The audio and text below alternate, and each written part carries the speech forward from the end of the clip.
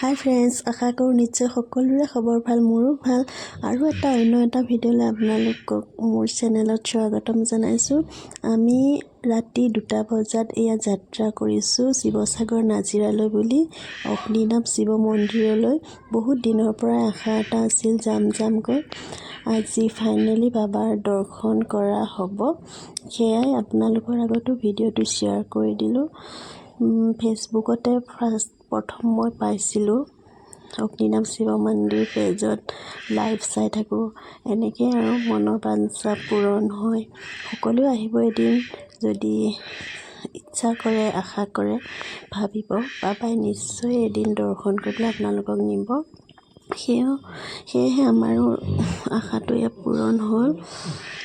এতিয়া ৰাতিৰ পৰাই গৈ থকা, এতিয়া ৰাতিপুৱাইছে, পোহৰ হ'ল। সেয়াই আৰু ফাইনেলি আহি পালোঁ আমি। চাই থাকোঁ ভিডিঅ'টো শেষলৈকে। ফুল লাগিছিলে, ফুল ইয়াতে ধুনীয়াকৈ লিখি থোৱা আছে, প্ৰসাদৰ স্থান বেলেগকৈ যাব লাগে, শৰাই লোৱা আৰু আইৰ নিৰ্মালি লোৱা, এনেকৈ পূৰা লাইন পাতি আছোঁ আমি সকলোৱে। বাবাক দৰ্শন লোৱা পথ বেলেগ, বহুত ভাল লাগিল গৈ। আপোনালোকেও যাব এবাৰ।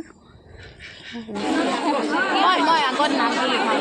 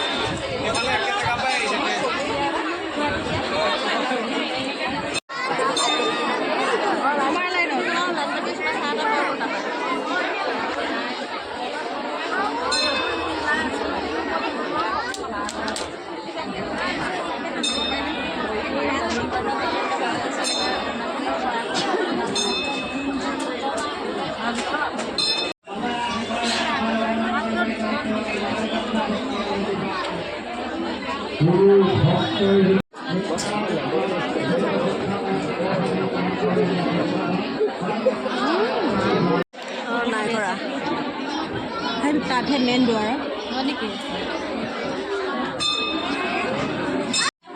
পূজা কৰি আছোঁ। মানুহ আছে, এইটো ধৰা দেখুৱাই থাকা।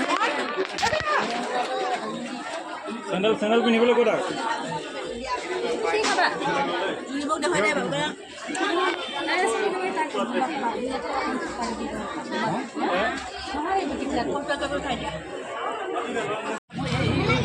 পানীলাও নেকি? নহয়, টেঙা তাকে